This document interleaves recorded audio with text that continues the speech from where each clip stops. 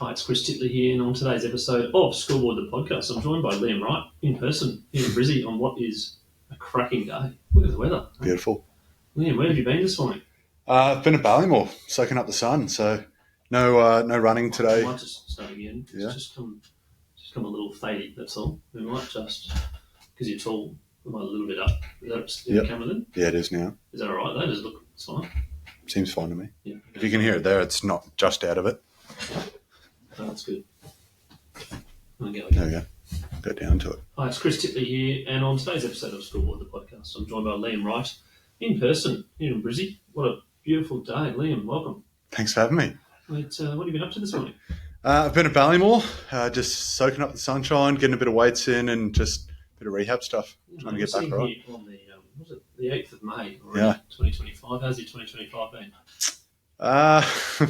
Rugby-wise, it's been a bit rubbish. The rest of it's been good. I've enjoyed the rest of the year and everything, but obviously injuries in sports suck, and just on the back of a few now, so just trying to get ourselves back ready and playing footy again. Yeah, mate. The shoulder, it's been niggling for a while? Yeah, right shoulder. So the same sort of same injury that we picked up in that first test against Wales last year, and got a couple games in at the start of the year, and then it sort of seems to have re-gone and re-went. So still in the process of trying to really get to the bottom of it. Yeah, mate. So one of the traits that I've spoken to a number of athletes is resilience. You're obviously going through a period of now, a down period. How are you on the resilience front?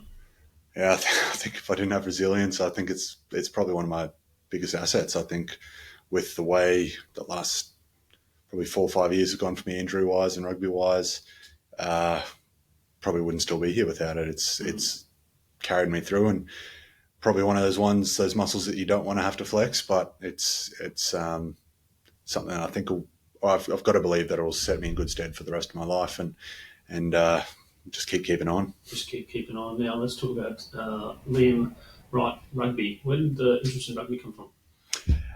Well, born in South Africa. My parents are both South African. They're rugby nutters as well. So I guess I remember my dad would wake me up on Sunday morning at 4 or 5 a.m. when we couldn't sleep, and just watch all the games that we recorded the night before, watch all the Super Rugby.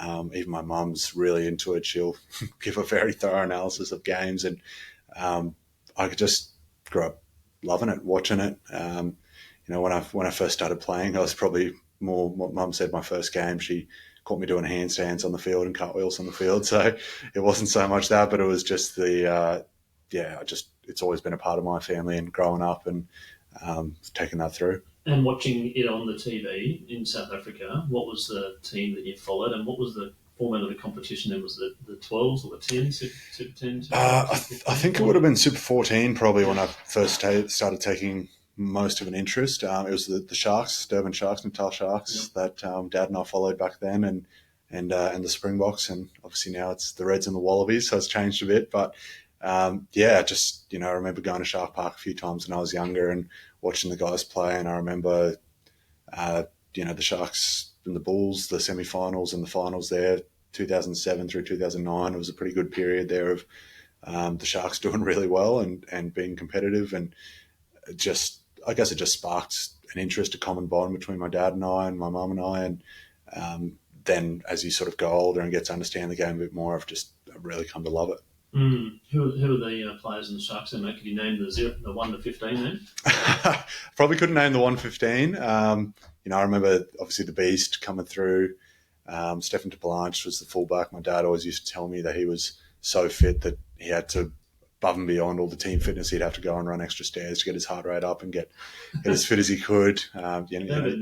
Yeah, there'll probably be people in our team that'll say the same thing, and we're like, no, it didn't happen. But I just grew up watching a lot of those guys. Skulkberger didn't play for the Sharks, but tough flanker that sort of probably tried to model a bit of my game across, and just enjoyed watching a lot of footy, and they were the guys to watch when you're a young kid in South Africa growing up. Yeah, and then the positioning of watching, you mentioned the flanker then. Is that something at the time you thought, this is a pretty cool position as opposed to the glorious fullback or the tight head prop? Yeah, I mean, my dad was an eighth man. I don't know if there was ever... I've never played another position, really, to be honest. I've just been sort of definitely known I wanted to be in the forwards, not fast enough, not skilled enough, I think, to be in the backs, especially when I'm growing up. And had a bit of ticker, I guess, when I was younger, and that's kind of the thing you do. And I was the skinny, small, lanky kid that was light enough to get chucked up in the line out when they started lifting, and so you become sort of just positionally around your body shape, and that's where I was. That's where I ended up. I loved watching those guys, Victor Matfield. I loved watching him, and reading his books and his understanding of the line out and how he decipher and decoded and all that sort of stuff. I think really formed into my sort of senior rugby styles. Skulkberger, 100%, George Smith, from Australia, just guys that knew how to get over the ball, had specific skills, but also just you had to show a lot of ticker and a lot of heart to play in those things. And while I probably didn't have the athleticism and the physicality and all that sort of stuff back then, it was one thing that could get you through. Did you watch the games as a child and go, oh, come on, you're just swinging it wide, they should have gone on the left side? That sort of kid. Oh, come on, no, kick it, chip it over the top. Yeah, maybe a little bit. Probably just echoing whatever mum and dad said, and you know how you do. You see what they say, and you shout the same things. Maybe oh, come on, ref. Yeah, exactly. Yeah. We do blame the ref when you're a bit younger. Just loved it. It was something we did on Sunday mornings. You'd watch rugby back. Yeah. And you'd go and play it on Saturday and Sunday. So it was great. When the move to Australia, talk about that. 7 years old. Yeah. I think it was just a decision mum and dad made around probably what was best for my sister and I. And I think growing up at that age in South Africa, it was quite unstable. The government changed a lot, and it just probably from their point of view wasn't the best place to raise a family. And it's a pretty brave decision, I think, on their part. And all our family's still over there.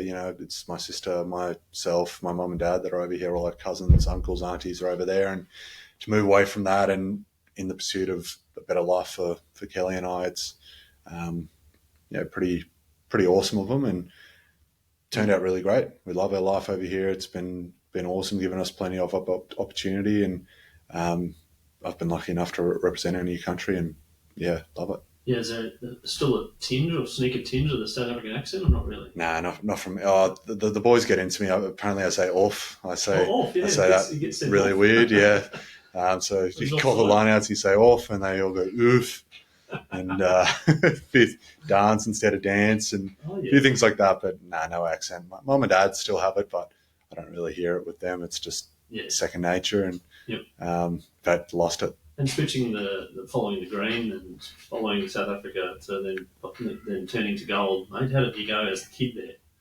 I probably was a bit later than would have thought. Like, you sort of grow up supporting them, and you just stick with your team for a bit. But then once it sort of got to probably the last sort of year of school, year coming out of school, that's when you sort of your mates and guys you've watched are starting to and trained against and trained with, starting to climb up the ranks, and you go, oh, I'm watching that guy. He's used to play with him, or he played at East, or he knew this guy, and that's when he sort of went, following probably the players more than the team, and then that just turned into a love for those teams, for the Reds, for the Wallabies, and then obviously to get to represent those teams it just reinforces that of these are my teams now, this is where I am, and you're really great to love it. And growing up at school when the state of origin was on, you weren't born in either Queensland or New South Wales. Who did you support?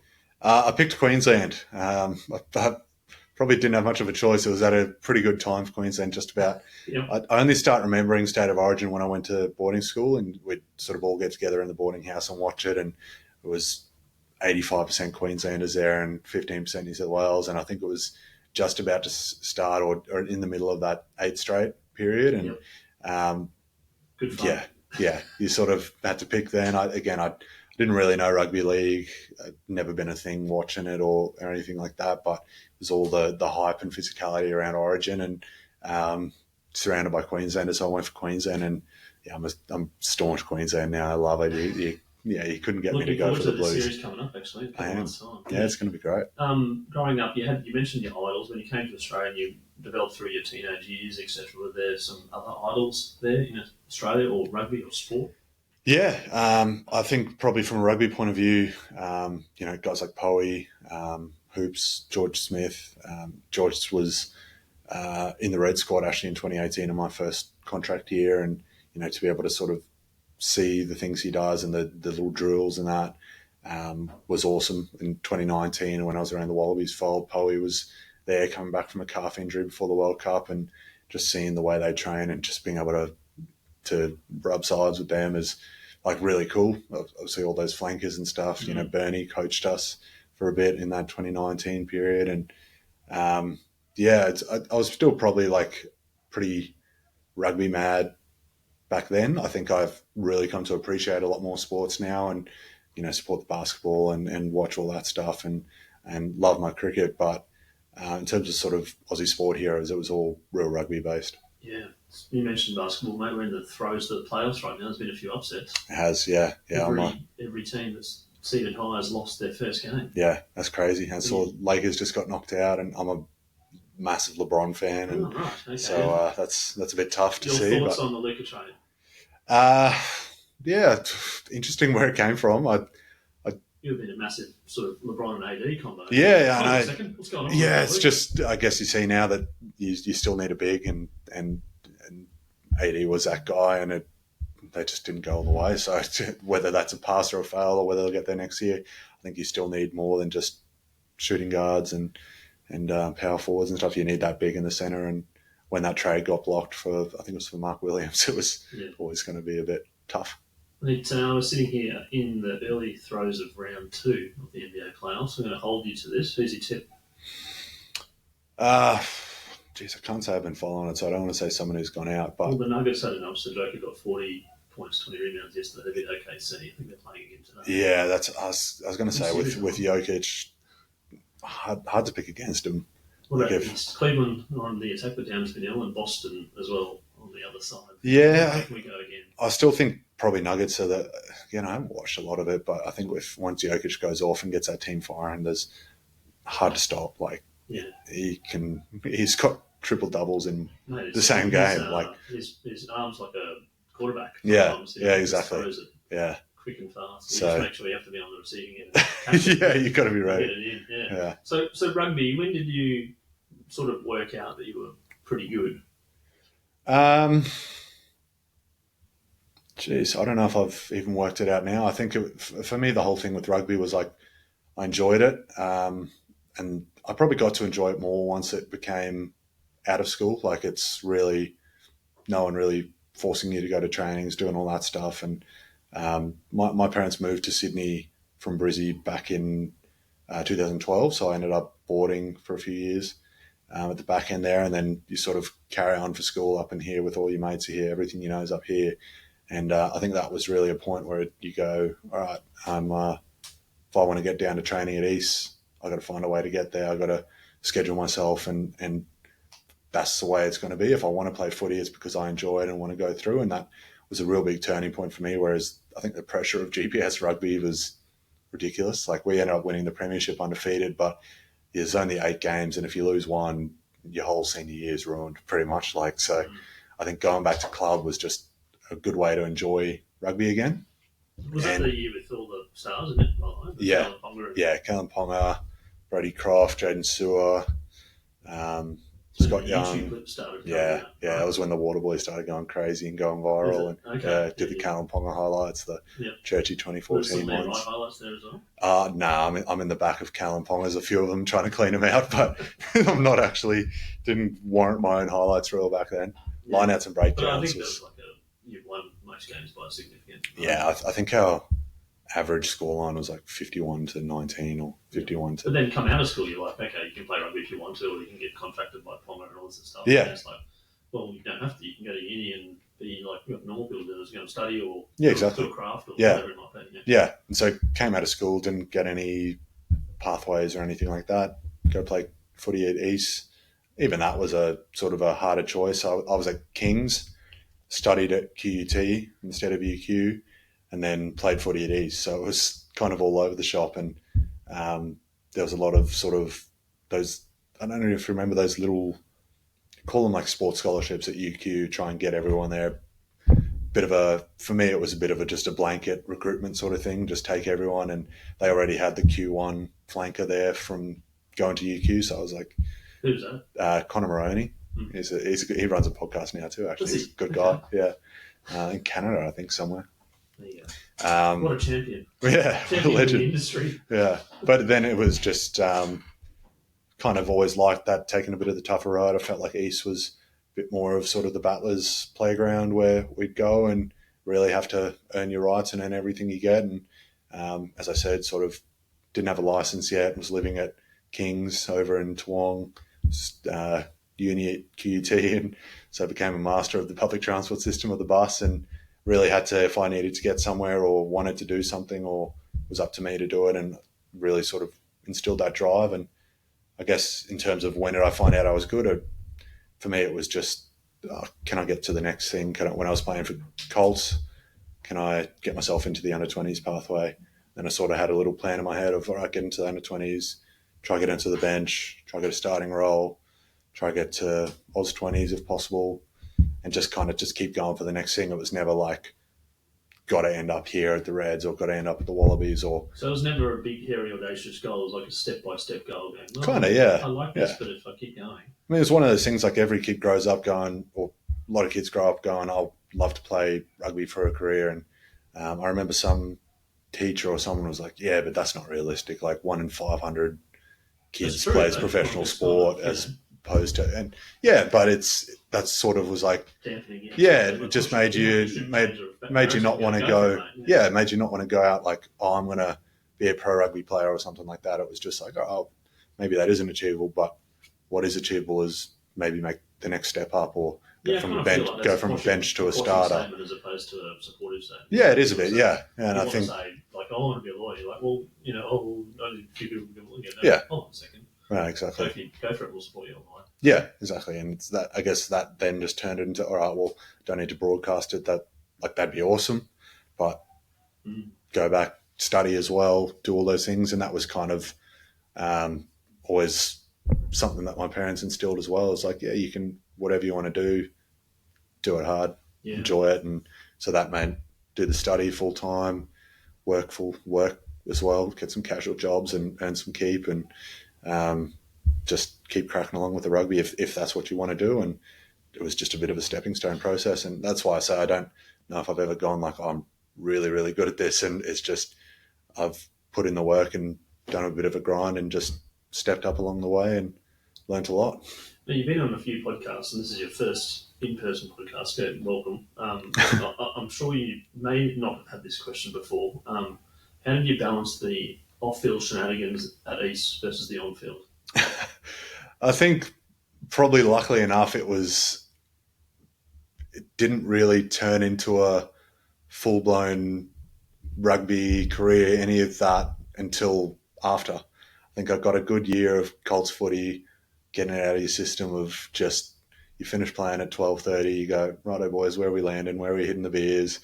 And did that week in, week out, just about for the full year. And then during the week, you go to the gym, go for your runs, go training, go work, go labour. You get up most mornings at 5 a.m, go do labouring and mow some lawns, or put some walls together, do whatever you need to do, and make some keep. And I worked at my mate's dad's news agency, just whatever I worked at East, painting the lines on. So there was a lot of squiggly lines there for a while, and just do what you can. And it was kind of, for me, it was the field is a bit kind of cornered. It's like, oh, Liam came a little bit late to work, and all of a sudden it's not the straight line. Is that right? No, we did our best. We did our best. We're by no means professionals we took the buggy and threw the footy around while we were on call. And but I think it was just, for me, it was really that freeing sort of nature of that first year out of school of like, geez, there's a lot of pressure on your OP, on your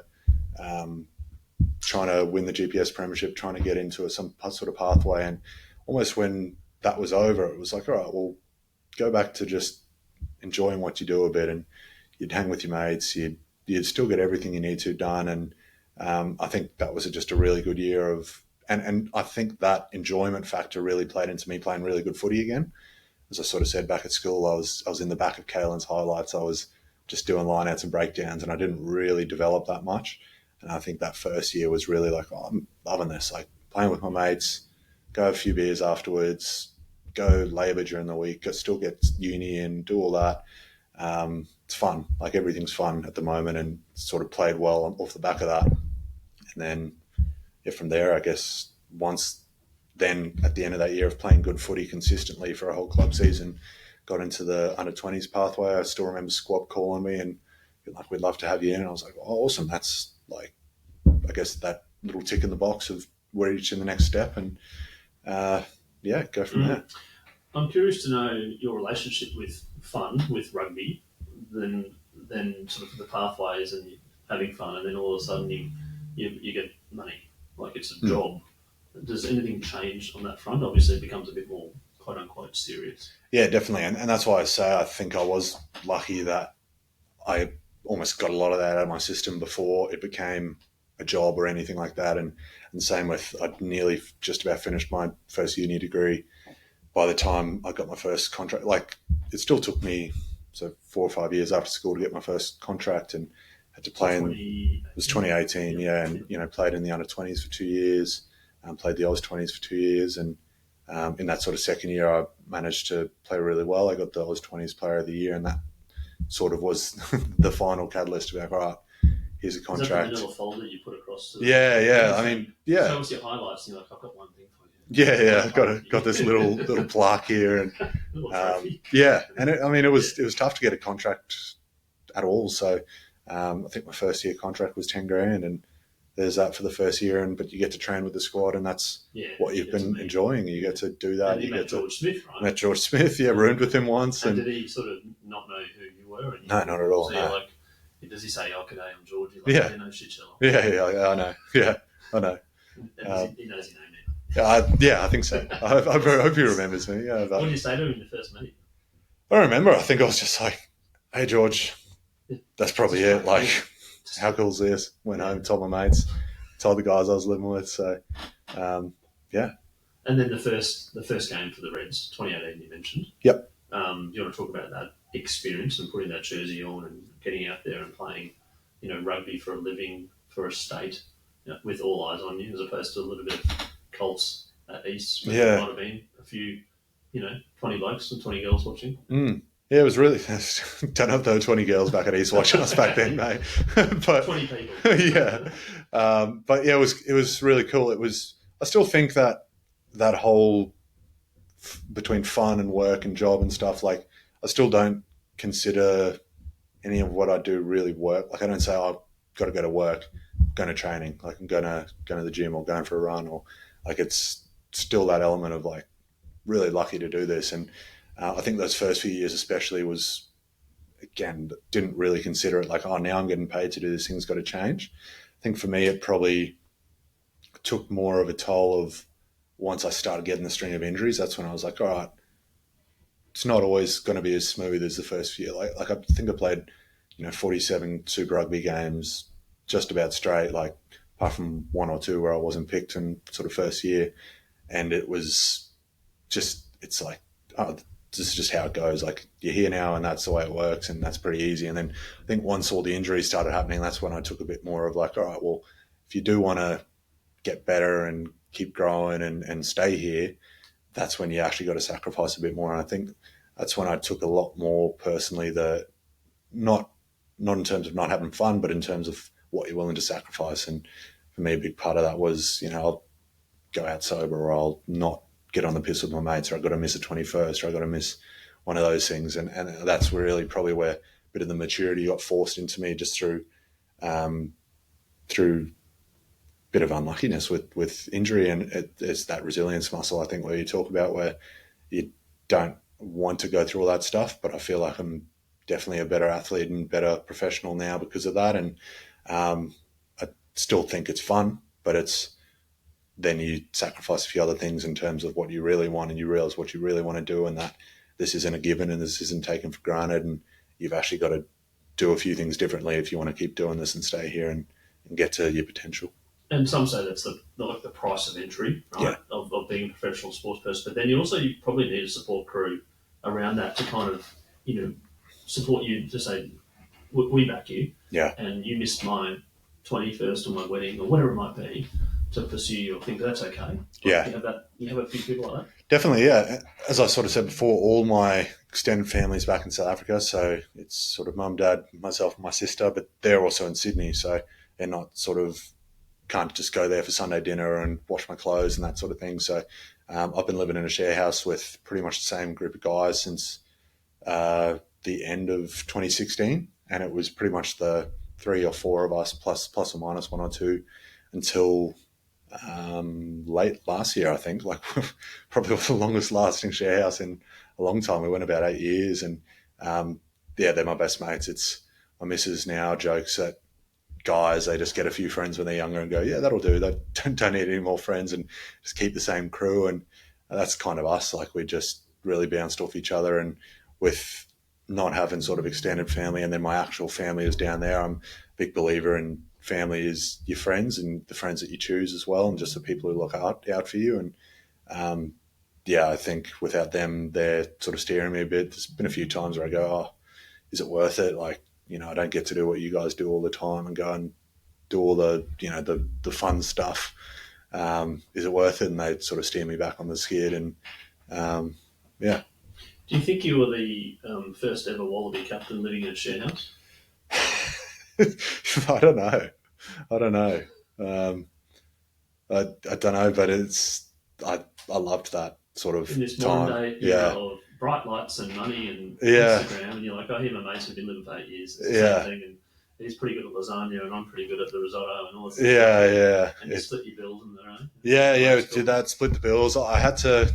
My New Year's resolution one year, where you talk about sort of the sacrifices, was telling them, hey guys, I'm not going to be cooking with you guys anymore. I'm going to be going out on my own a bit, because we'd those first few years, and probably when I realised I needed to start putting on some weight and some proper muscle, I was like, guys, I can't wait until 9 p.m. to eat dinner while you guys play Xbox and that sort of thing. So it was again just the sacrifice you make of, I need to kind of eat at 6 and then eat again at 9 if I'm gonna put some weight on and take this seriously and get a bit better. And again, they were like, yeah, cool, man, do what you need to do. And they were still there for a good yarn. And I think that helped, because the whole balance of going between quite an intense environment where everyone's trying to be better, you're competing against everyone, and then you come home and your mate tells you about some crazy stuff that happened on the work site at labouring or whatever happened in their day, and it's just a really good balance and a shift of perspective. Did you send them a text every now and then and say, man, I can't come home for dinner, I'm just playing for the Wallabies?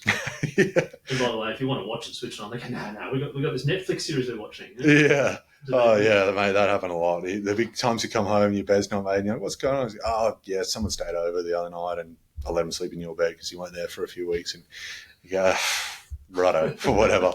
We're all pretty close, so that's just the way it went. And the leadership side of rugby, you were thrown in pretty early as captain. Is there something that you've always been and wanted to do, is sort of focus a little bit on leadership, and has that sort of evolved naturally? Do you think you're a natural leader?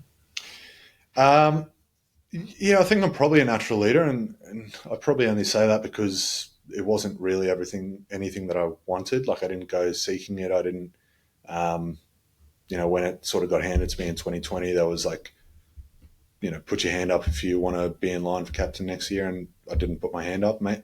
And probably not because I didn't think I'd be good at it or anything, but just because I've always thought it's up to the squad to pick who you sort of want and who represents and reflects what you're about a bit more. And so I never really went searching for it. When it came, I sort of went, wow, that's big, and I wanted to do it justice. And I think then I put a lot more time into trying to develop areas of that. And initially when I first got it, I think I spent too much time on like, oh, how do I have to do things differently to be the leader? After a while, probably once COVID happened, I sort of went, all right, I wasn't playing as good footy because I was putting too much emphasis on the leadership side of it and not letting my game do the talking. And I think that's when I probably took a bit more of a backseat and went, all right, well, actually, you got chosen for a reason, not doing anything out of the ordinary other than just the person you are. And that's kind of what it went back to, a little bit of just be your natural self. If you're a resilient guy, you're a hard worker, and people obviously took some like to that and some following to that. And but I did want to definitely grow that aspect, and that's where even the uni side, I picked up a master's of business, majoring in management, which had a lot of parallels to sort of leadership and all that stuff. And I really enjoyed, same with the study thing the whole way along, just trying to, whatever I was doing, as my parents sort of said, whatever I was doing, I wanted to do it really well. And so even that leadership aspect and the captaincy aspect was like, oh, well, how can I get a little bit better there, or how can I grow my leadership, or how can I do that? And would read a lot of books about sports leaders or business leaders and do that sort of stuff, and listen to podcasts and just pick up as much information as I can and then try and make the best decision with it. How would you define yourself now as a leader? I think I'm probably a lot more comfortable taking a bit of a back seat. Like I think I've gone from having to speak a lot early on and try and do that to, I think I'm definitely a lead by example or a lead by action sort of guy. And so I think now I trust the people around me a lot more, let them do their thing. And I think I know how to pick the right time of when I need to inject and when I don't, just based on has what's been needed to say been said. And if it has, then doesn't need to come out of my mouth. And then that way, when I do speak, it'll have a greater impact. And I think just you learn that as well when you're off the field injured, that you can't just be the only voice. Otherwise, when you're gone, it just becomes a mess. And so just being a bit more selective and when I really try to impact through that way. So a bit more delegation and let things be, but then when it's needed, you come in and you say, right, this is what I think now. Yeah, a little bit. So yeah, you let things dictate themselves because these are grown men you're playing with. Exactly. They've got the skills. They don't need to be told. I make sure to call that stuff like that. Definitely, yeah. And as I said, I'm naturally a lead by example kind of guy. I'm not the loudest in the group. I'm not the funniest in the group. All that sort of thing. So it's around a big thing Thorny sort of taught me, and I guess that I always knew and learned from my parents, but then really understood in the rugby and professional setting was make sure your own backyard's in order before you ask anyone else to do anything. And again, I think a lot of my leadership growth came actually through these injuries and through the resilience I had to show there. And so without being able to directly impact the team, how can I show the team that this is the way forward or this is what we've got to do? And it's by being super diligent, by making sure I'm owning everything I can. My preparation's the best it can be. As I said, you cut out going on the piss more. You read books around sleep, read all that stuff. Just whatever I could do to try and make sure that I was owning what I was going to do to get back on the field as quickly as possible. So Kevy Horwell's biggest point as well to me when I was injured was, the best thing you can do for the team is get yourself back out there for the team. And so you have to really focus on what you're going to do to get back out there. And yeah, I guess then you can put in your 2 cents because it carries a lot more worth. I'm interested to know when you do the prep, you get everything right, you're feeling good, and you go out and you probably play a really good game yourself, but your team gets pumped. How do you feel? I think, again, just the development over my career is at the start, you're like, oh, phew, at least I sort of did my best and sort of put my best foot forward and I can get selected again next week. And then as you sort of get a bit more older and probably a bit more... I mean, you're 80-odd games through, aren't you? Yeah, and probably you get a bit more wiggle room from coaches in terms of, you might have a bad game one week, but you've got the history, you've got the sort of experience there. And that's when you become a lot more as a leader as well. Like, all right, I might have played awesome, but geez, we didn't function, or the lineout didn't function, or we're just not playing to our potential, or what's the issue there? How do we fix it? And that keeps you up a lot more than like, oh, geez, I missed a tackle. And you can sort of live with that because, again, you've done as much preparation as you can personally to get yourself to performing out on the field. Or that's kind of my mantra. It's like I can live with messing up if I've done the work, if I did the preparation, if I did my tackles during the week and it just didn't come off sort of thing. That's when the leadership side of it and the team isn't quite where we need to be. What's that? And, Tate and I would talk a lot. We'd be texting, calling all the time after games. We'd be then talking to the coaches and trying to get ahead of that for the next week going. And, that's a tiring process as well. So it's, I'd say it's probably harder now having to worry more about the team than about your own individual performance the whole time. Co-captaincy, the Lions experimented with it and with Harris Andrews, Lockie Neal, and it sort of was kind of a bit new in the AFL. In rugby, Tate, co-captaincy. Talk to me about that, the dynamic, the relationship you have with Tate, the sort of ups and downs, who does what delegation, but also you're part of the same team, sort of back, sort of forwards as well. Yeah. I think it's worked really well. I think probably when we started, we weren't all that sure, but again, I've been injured for large parts of the last few years, and so it's kind of been a blessing in disguise in that way of having that leader that's still on the field and helping develop other leaders as well. But I think Tatey and I complement each other really well. We were good mates in our sort of similar friendship group within the team prior to all that happening. And I think, he's a back, I'm a forward. Rugby's a simple game, but there's also a lot of complexities within sort of the understanding of really how to impact different aspects of it. And, so I can take a bit more of an ownership around that line out and that forward capability, and then he can do the backs and the attacking wise. I'm more of a defensive player. He's more of an attacking player. He's quite an emotional, fierce guy, passionate guy as well, whereas I'm probably more calm, reasoning, logic. Just think we bounce off each other. And then as we've sort of learnt over the years, when that changes and I get a bit red-headed and a bit hot, he comes in with the calming one. And we've just learned how to sort of read the room. If the coaches are going hot and heavy, we know how to bring it back down to, all right, guys, this is what we need to do. If the coaches are this is the plan, but we're not getting a ration, then we can go emotional and try and get that rise out of the boys. And it's just been, again, good growth, good learning. And I think it's not that popular, it's not that necessary, because probably the hardest part of it is when you're co-captains and you're sort of saying it's who has the final say, that sort of stuff. But in terms of how many different roles and different things you have to manage and different captaincy aspects, even before the game, Tate as a halfback often needs to get out there real early, do his kicking, do his passing, do all his basics before he then joins in on individual warm-up and team stuff. So I nail the coin toss. I go and talk to the refs, and I become the major voice there, and he can be freer to do that. And then it's just picking up the loads where the other one needs it to. I think it's been good. So organically worked really, really well. Yeah. I'm also interested around the successful teams you've been in, the 2021 team that won the Super Rugby program, and then also the Wallabies, and you've played a few games, 6 games also in them, and then sort of a different culture. Again, Wallabies versus Queensland, but the successful teams that you've played in, what do you think the successful teams have done right versus the teams that have finished bottom? I think there's probably been a greater understanding of how we want to play and what kind of team we want to be, and it becomes a lot easier to own that role and own that accountability and be able to pull each other up when you need to, or encourage each other when you need to, when you know what you're trying to do. And that's, something I've really noticed probably last year. We were really, really clear on our detail, on our roles, on how we want to end up, on what we want to grow in our game.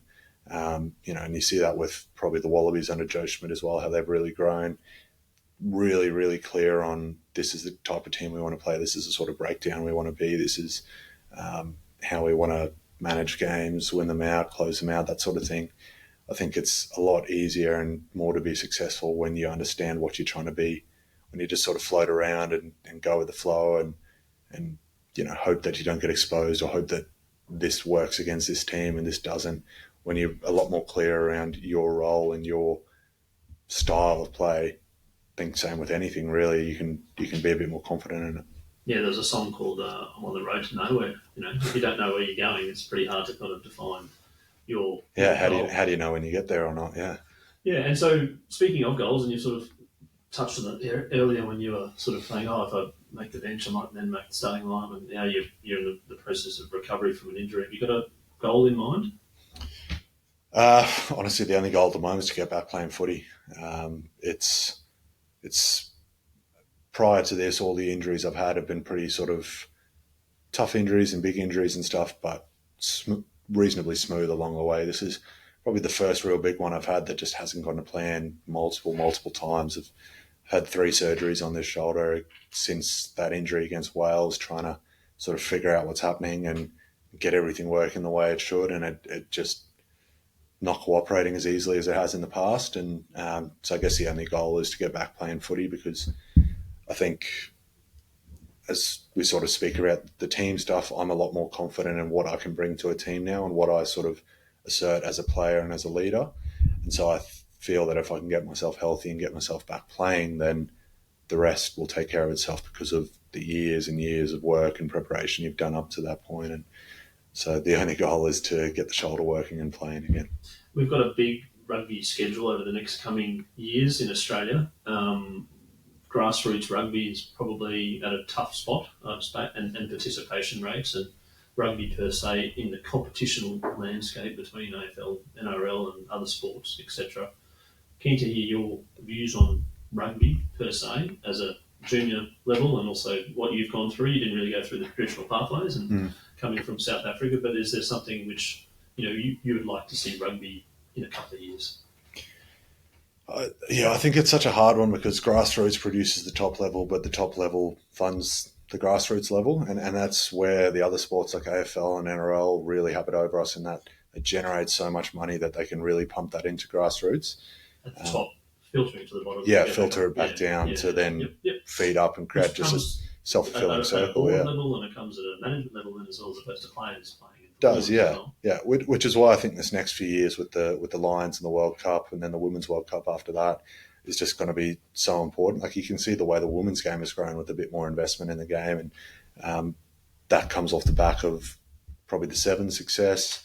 And then had Bella Nasser in recently, actually, on the podcast. Oh, really? Yeah, she's sort of half migrating to the 15 game as well because there's opportunities and World Cups, etc. Yeah. Exciting. So I think the next few years I don't think it's as dire as probably do or die, but I think if we mismanage this next few years, it's hard to come back from. So I think the board and Rugby Australia is doing a much better job of actually controlling our finances and bringing ourselves back into actually, hey, let's become a bit more of a business so that we can keep doing the thing we love and our purpose of making rugby great in Australia. But it goes back to that grassroots of they want more attention and they want to see more of a slice of the pie, I think. And I think that's so necessary because you go to those clubs and so many volunteers and so many people just doing their best to try and keep everyone afloat until they get to that level. And then, you look at the NRL will just come in and sweep them or something like that. It's a very hard problem to combat, and I don't know the full answer, but I think the top level of the game owes it to the grassroots to really treat this next few years seriously and get results that'll turn into financial freedom to reinvest and create that cycle that the other sports have going really well. And as a kid, you were growing up and you saw these idols and you wanted to get their autograph, probably pre-selfie days. But now being a player yourself and people look up to you and they know your name, how do you go about and managing that yourself? Yeah, it's. I mean, I think you want to try and give back as much as you can. I was down at East last night with an under-14s there trying to help out, but it's also a weird one because you don't see yourself as some hotshot celebrity or autograph giver or the same as what you saw. Kind of the same as when you were younger and you'd be like, oh, that's that guy and that's awesome. I want it doesn't then translate to like, I'm that guy now and I got it. But, you do the best you can. You try and help out where you can. Our group at the Reds is really, really good at that around. So many of them go back to their clubs. They help out. They're happy to do promos. They're happy to talk to people, take photos at the airport, all that sort of stuff. Like they're really, really good. And that's, I think that was probably instilled a lot through Thorny in the early days of just being a role model, showing care for the club and the jersey and the people that you represent.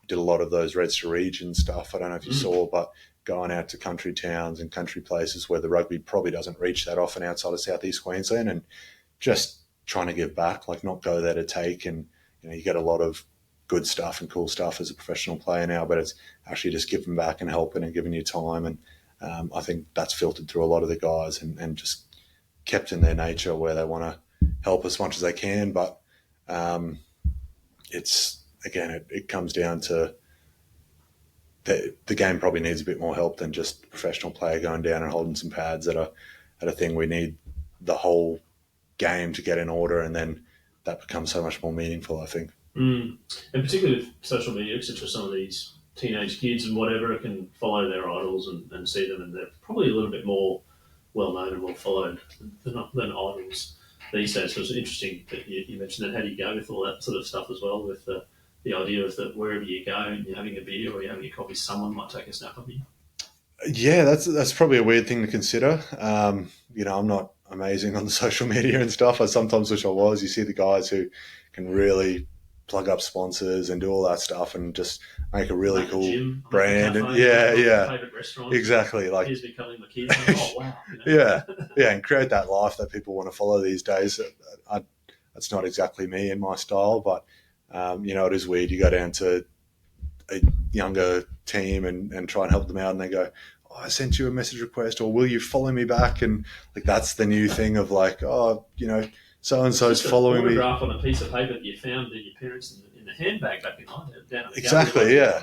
Is there something you've got that I can get an autograph? Yeah, but now it's at school. They're showing who follows them back from the boys that they messaged, and it's a weird one. But I think we're quite, in a way, we're quite lucky up here in Queensland where you don't have the sort of cult following that leagueies do, where you go to the shops and you're getting hounded and doing that. You see AFL players in Melbourne where if they go outside, they're getting hounded and they're getting and hounded's the wrong word, but you generally got phones, you got paparazzi in your face. Whereas up here, it's if you get sort of called, it's actually like, oh wow, they follow rugby, they want rugby to do well. You give them your time any day of the week. So they're showing you some love. Yeah. So a bit different. Just touching on sport there for a second, I'm going to ask you about your all-time favourite sporting moment.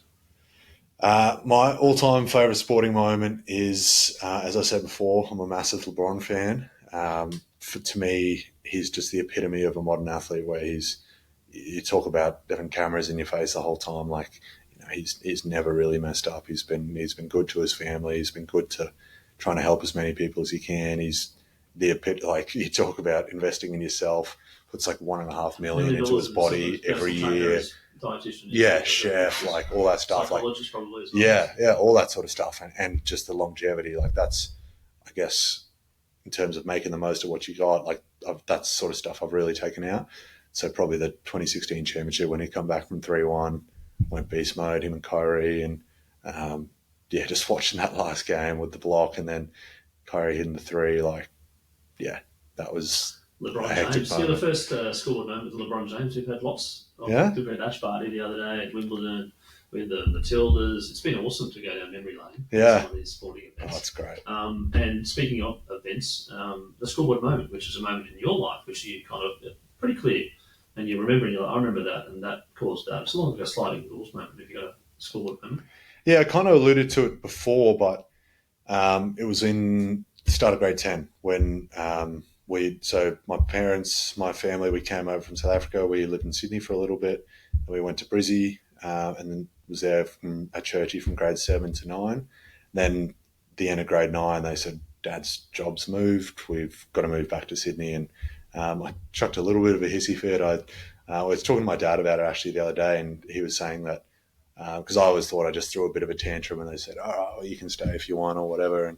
But he said that when we moved from Sydney to Brisbane, he made a promise to me that if we ever moved again, I'd give him the option. He'd give me the option of what I wanted to do. And apparently I called him out on that and said, you said when I... And so they sort of said, all right, well, you can come with us or you can try out boarding. And I think Mum thought it was just a bit of a throwaway. Apparently I was a massive sort of mama's boy then, didn't know how to do anything, wouldn't tie my own shoes, tie my own tie, that sort of stuff. And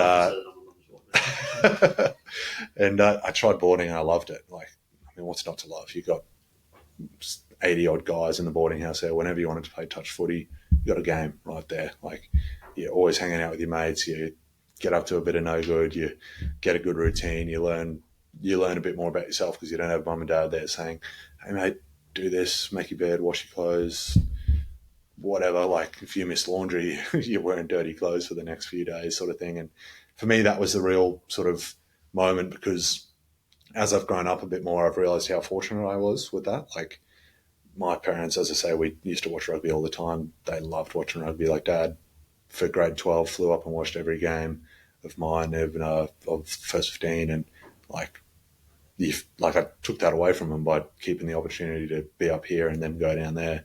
And so that's, I think, really where I got that whole, if I'm going to be here, if I'm going to be away from my family, I'm going to give it all I've got. And I think that's really just stayed with me the whole time. I don't think I've ever been the most talented or the most athletic or anything like that. But I've always had that mindset of I'm going to give it everything I've got. If what I've got's not enough, I can sort of live with that. And it transformed me into, if I want to do something, got no one else there that's forcing me to get out of bed, setting the alarm sort of thing. I've got to do it myself. And I think that's kept me in good stead for the rest of my life. And that's kind of the moment I attribute it to. One final question, Liam. Going back to that 15-year-old boy that's been given the news that he's about to board, there's 15-year-old boys and girls out there that are playing sport, that were once a young Liam, maybe having the aspiration to play at the highest level. What's some advice that you can give to the 15-year-old now? The main thing I think is go back to enjoyment. Like, I think if you're not enjoying it, you're not going to try a bit harder. You're doing it for someone else. Like, I think that was also probably the big thing, is I felt like back then I was doing a lot of the stuff just because my parents wanted me to play rugby. That's what I wanted to do. I felt, again, probably a bit freed from pressure of like, all right, well, actually, this is pretty cool. Like, don't have to worry about my parents over my shoulder, like trying to please them, look back, oh, did they see that tackle or whatever. All that stuff that I sort of put on myself more than them actually putting on me. But if you enjoy it, you either just enjoy the game and that's great, that's all there is to it, or you enjoy it and you put in a bit more work because it's what you like and what you want to do. And if that's the route you want to take, then you're going to have to put in some hard work over the time. And it's a lot easier to put in that hard work if you remember why you love it and why you do it. Liam Wright, thank you so much for being on Scoreboard, the podcast today, and sharing some insights into your life from the early days in South Africa to where you are now and your current position with the shoulder injury. And I wish you all the best in terms of your recovery and the next phase of your life, rugby, on and off the field. Thanks, Chris. Really enjoyed it. Good day, mate. Excellent. Do you want me to turn this? Did it record?